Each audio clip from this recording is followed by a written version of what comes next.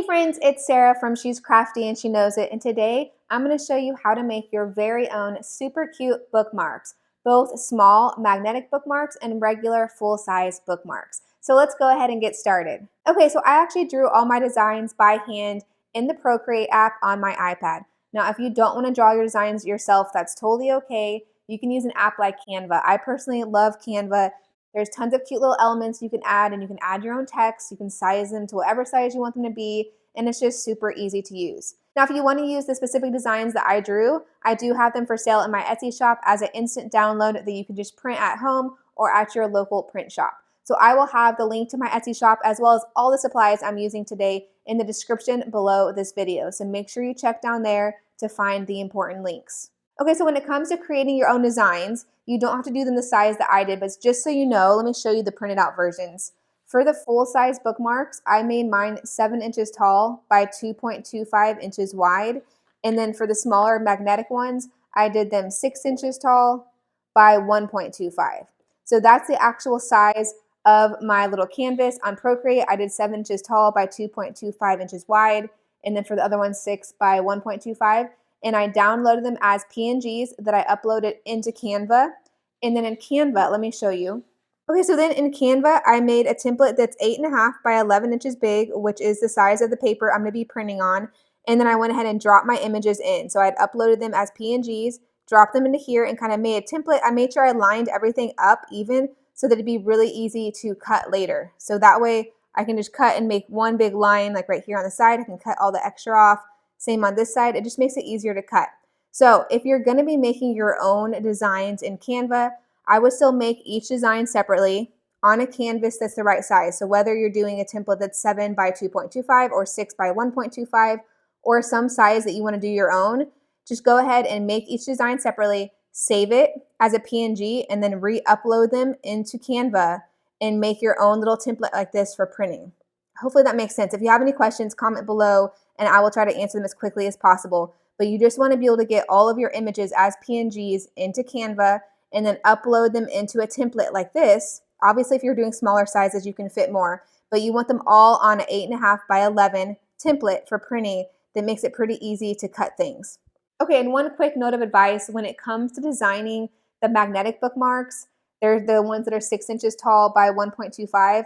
I like to make sure I have like a mirrored image design. That way when it's folded at the end, it looks good no matter which side you're using. Otherwise, if I did just straight pumpkins, 6 of them facing the same way, when you fold it in half, one side would show upside down pumpkins when you're actually using it in the book. So even right here, you can tell the bows are mirrored image. So I just create like a 3-inch design, I copy it, and then I rotate it. So you can do the same thing in Canva. So same here, I rotated it. That one would not look cute if the ghosts are upside down on half of the bookmark. So just something to consider. It's not hard to do it that way. So the full-size bookmarks, it can just be one big long design. But for the magnetic bookmarks, do a 3-inch design, copy, rotate it, and that way you have a seam in the middle, which is where we're going to fold it later. Okay, so now we're going to go on to printing. Okay, so for printing, I've downloaded them from Canva as PDFs for printing. So this is just a PDF that I downloaded straight from Canva. We're going to go and say print. And what I want to show you, I know there's kind of a glare because of the screen, but something important that I always check is right here. I check the quality. So click median quality. I always slide it to best. Of course, like I said, you can get this printed at a local print shop. If you're doing it at home, you're going to want it to be best quality. And then up here where it says preview, I know it's kind of blurry. I'm sorry, y'all. It's mine, I don't know how your printer is, but mine is always defaulting to scale to fit 97%. So if you're wanting yours specifically to be the size that you made it, like if I want it to be 7 by 2.25, this is printing at 97%, not full size, which means it's not going to be exact. You might not care about that for me, but for me, for the magnetic ones that are 6 inches, I know I'm folding right at 3. I want it to be precise, and I want them all to be the same. So I always change this to scale, delete that, and type in 100. So basically you don't want the option that says scale to fit. Sometimes yours might say shrink to fit, scale to fit, something along those lines. You want the scale to be 100, and that way it'll keep the dimensions consistent with the dimensions that you created, whether it was in Procreate or in Canva. Then you just hit print. Now for the paper, I'm using 110-pound cardstock. I will link the specific cardstock that I'm using, but you do want to use some kind of heavy cardstock or heavyweight paper to make them more durable and have some weight to them.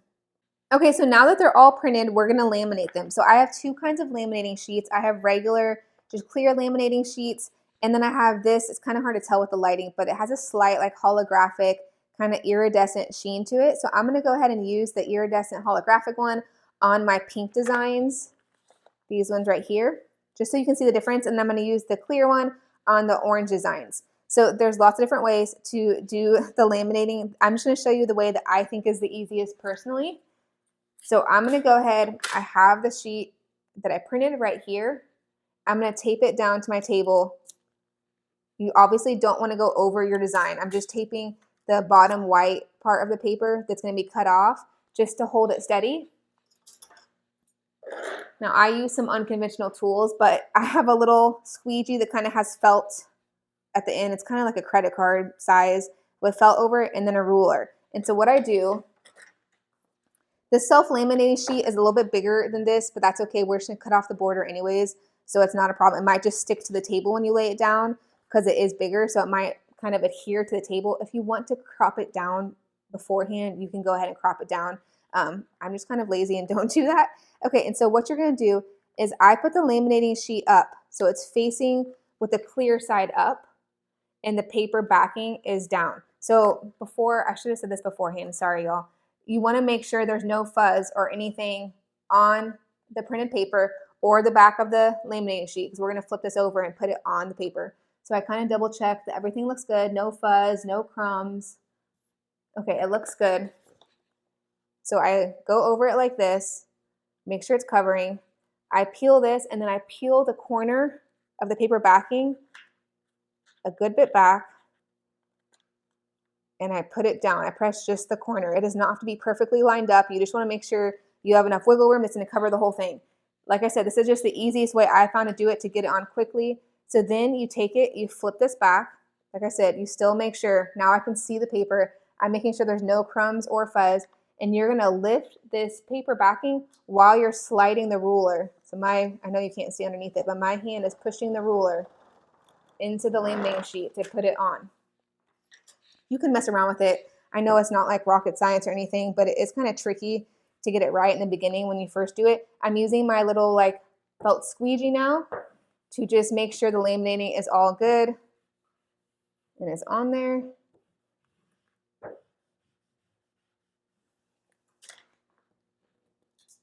Now, like I said, the laminating sheet was too big for that, so it's kind of stuck to the table, but that's okay. We're just gonna trim it off. So we'll move straight. We'll go all the way through with these.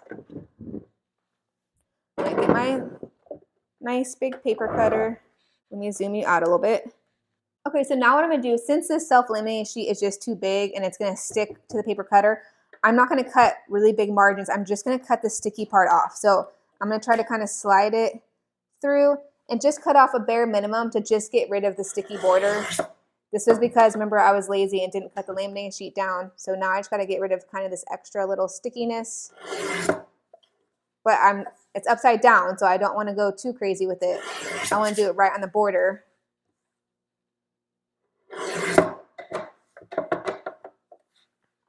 So all I did was cut off the extra laminating. That way it's not sticking to the cutting board. Okay, so now what we're gonna do is go ahead and cut along this line. So I just line it up really careful. I'm looking that the bottom down here is lined up with where it's gonna cut as well as the top. It's a little bit tricky to tell.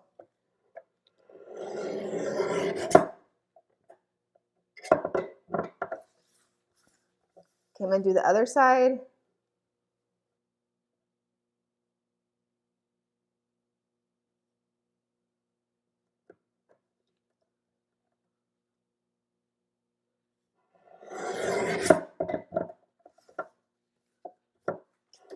Okay, now I'm gonna go through and just cut off the borders, the little sides of each one.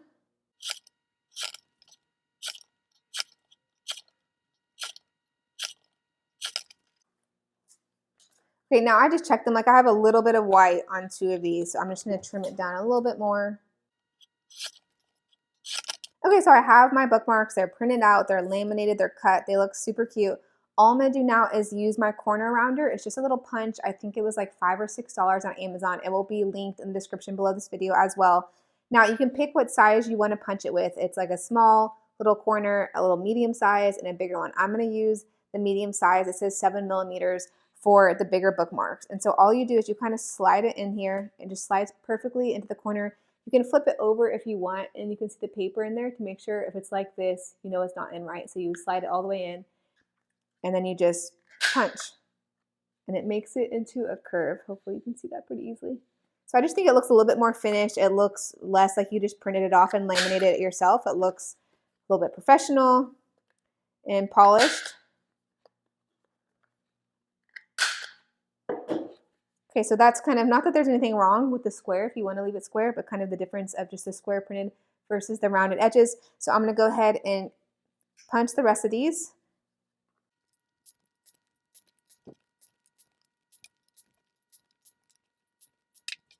Okay, so now I have my 4 finished full-size bookmarks. They look super cute, so let's go ahead and go on to making the magnetic bookmarks. Okay, so now we're just going to go ahead and laminate our smaller magnetic bookmarks. So same thing, I'm going to go ahead and tape it to the table. I'm going to put the laminating sheet over the whole thing, clear side facing up. I'm going to peel back the paper backing. Stick the bottom corner down. And then I'm going to use my ruler right here while I do this. Now I'm going to go ahead and check again for fuzz, any crumbs, make sure everything looks good. And then I'm going to pull the paper backing while I push the ruler into the laminating sheet. And then just use my little squeegee real quick to make sure everything's pushed in really good. Okay, just like last time, it's kind of going to be stuck to the table because the laminating sheet is too big. Okay, so now I'm just going to cut the little extra laminating parts off real quick.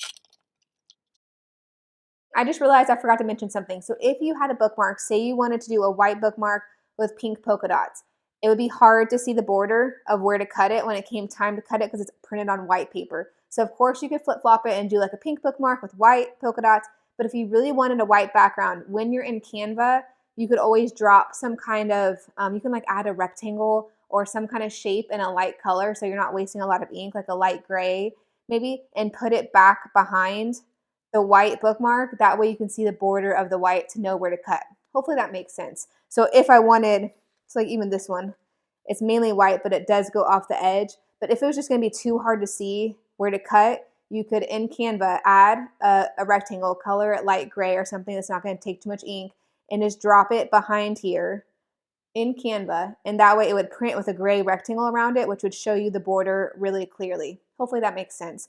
I just meant to mention that earlier and totally forgot. Okay, so let me cut my last one.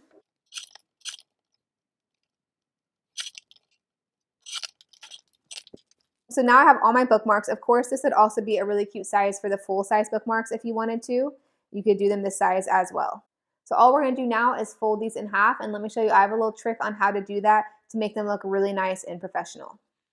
Okay, so this is actually my all-in-one tool, and it has a scoring board on it. So I'm actually going to be using the scoring to do the magnetic bookmarks.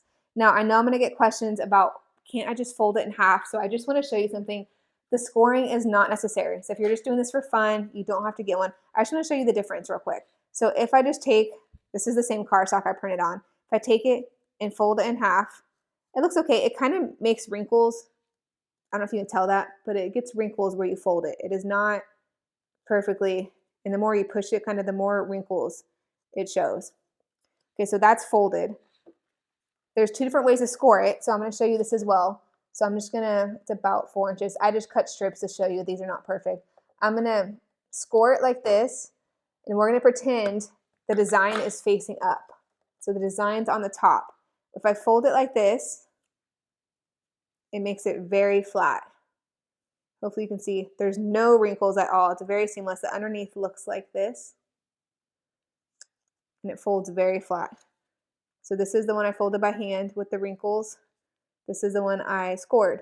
Now this one that I scored, Remember, this is the design. This is the outside. I scored it that way. Now, if we do the opposite, so I'm still going to score it like this, but we're going to make the part that I scored the underneath.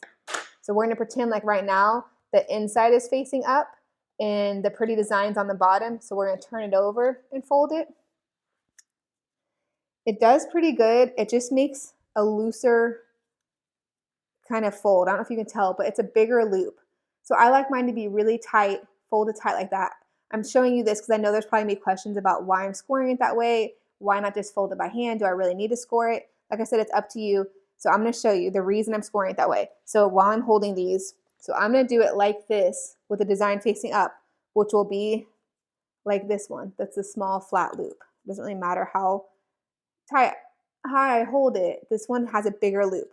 They're really both fine. The scoring, no matter what, looks better than the folding. I just like to do it with the design up because I think it does make a little bit of a flatter kind of fold, if that makes sense. So all I'm going to do is have it right here. It's right at 6 inches. So on my scoring board, this is the We Are Memory Keepers all-in-one tool. And so the 0 is right here, this long line before the blue starts. So I'm just lining it up to the 0. It's 6 inches like we had measured. So that way, this is why specifically I want the dimensions when I print it to be the same as what I designed versus like printing at that 97% scale, which makes it, you know, like a weird 5.8. It's just easy to find the halfway mark. So I know it's 6 inches. I'm going to score right at 3. You just stick, this is like a little bone folder is what I call it. You stick it right in the groove and you just push it straight down. It just creates that little fold. On the other side, it creates this, and then you fold it like that. See, it's super flat, no wrinkles. So inside, outside, looks so good. So I do this first with all of them. So I'm going to go ahead and score all of them in the middle. It's obvious on ones like this where you're scoring it, you barely even need to measure because you know the middle of the design. You just want to do it in the middle of the design so that it looks really good.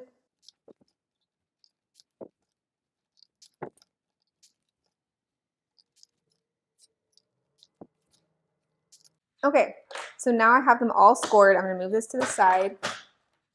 Now some of them are perfect where they fold. You can tell that they were cut exactly to 6 inches.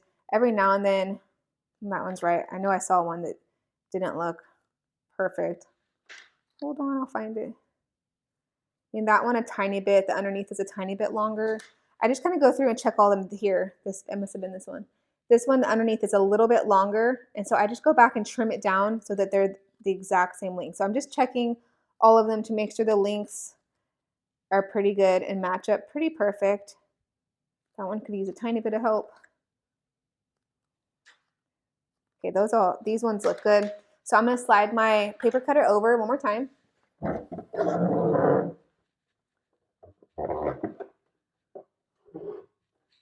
And raise it up. So this one, I'm going to put the side that's longer on the bottom so I can see it. I'm just going to line it up.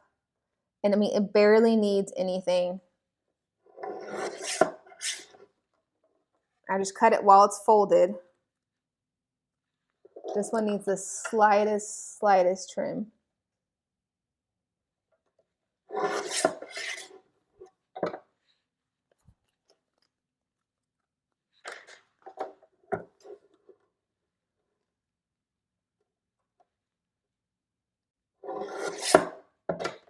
Okay.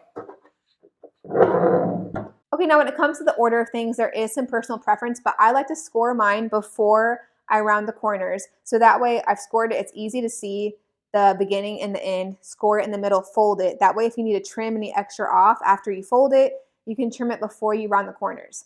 So I laminate it, cut it down to size, then I score it, and then we're gonna round the corners before we put the magnets on. So for the corner rounder, I'm using this 4mm, the smaller one. Remember, we use the 7mm, the bigger, not bigger, the medium one for the full-size bookmark. So I'm using the smaller one. Of course, like I said, you can flip it upside down to make sure it's all the way in there.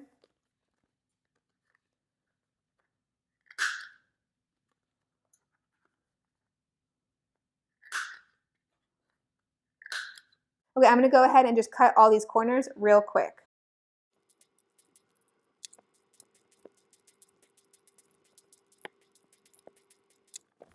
Okay, so now we just need to put the magnets on. So the way that I do it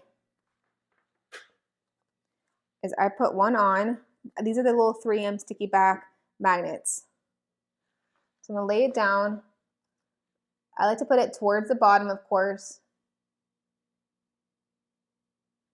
So push one on. Now when it comes to putting the second one on, here's the trick, is sometimes these little squares are just weird, honestly. They don't, sometimes they're magnetic, but not a perfect magnet. So I don't know if you can't really see this, but when it's turned this direction, it's not really, it's barely sticky if you have it turned the wrong direction. But if I rotate it, it's very magnetic and it's very strong. So you want it to be on the more magnetic side. So just kind of play with it. So instead of, this is my like word of advice again, instead of just plopping another one down and hoping that it sticks, I take another square off after I have my first one on and I put it on and rotate it until it's like a perfect match. Okay, it's on there, it's good and it's firm. I peel the back off of that one and then I close it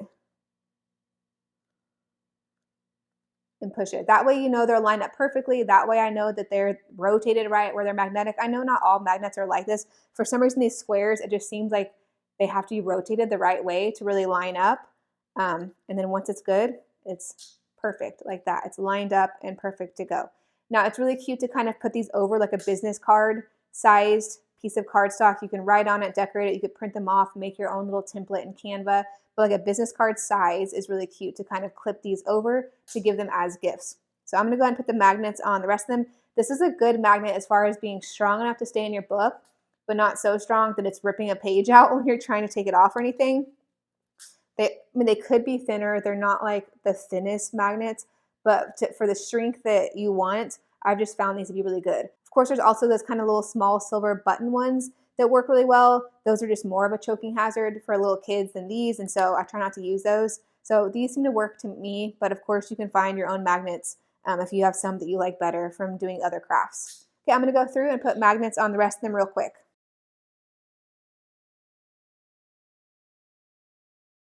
Okay, so there we go. There's a full set of magnetic bookmarks and full-size bookmarks. These are so cute. I'm going to go ahead and make all the pink ones up real quick using the holographic lamination. That way we can just see the difference, and then I'll come back and show you the difference between the holographic on the pink versus the clear laminating sheets on the orange designs. Okay, so I'm done doing the laminating on all the pink designs, so I just kind of want to show you the difference between the holographic laminating sheets and the clear. So these all have the clear. This is the holographic. I know it's not very easy to see in this lighting, I think because of the daylight versus maybe it would show better in dim lighting, but it does kind of change the color of the black. Both of these have the same black font. It kind of makes it a little bit grayer, just not as bright, but there is a really pretty kind of shimmery sheen to the ones with the holographic laminating that's not on the other ones. So it's totally up to you. I just kind of wanted you to see both options. I wish it showed up better in this lighting. There you can kind of see it. It just kind of adds a cool kind of effect to it. It looks really good on the pink designs. It would probably look really cool on like blues and purples too. But it's just kind of a different look. Let me show you some of these. I don't know if you'll be able to see the difference. I'll put the clear on the left again. Okay, so the two orange ones have the regular laminated sheets and the two pink ones have the holographic iridescent looking one, which is a little bit of a different look. Let me show you all the pink ones together. Well, not all, I don't think I can hold that many, but so they do just kind of have kind of a cool effect to it. So like I said, I will link all the supplies I used, including the holographic laminated sheets and the regular ones in case you want to get one or the other. I'll link all of that in the description below this video. I hope you love this video. I hope you feel inspired to make your very own bookmarks. I think this is a super fun craft. They make really cute gifts and party favors, which is just in time for the holiday season. If you like this video, please give it a big thumbs up and make sure you subscribe for more videos. Bye! She's crafty and she knows it. She's crafty and she knows it. She's crafty and she knows. She's crafty and she knows it.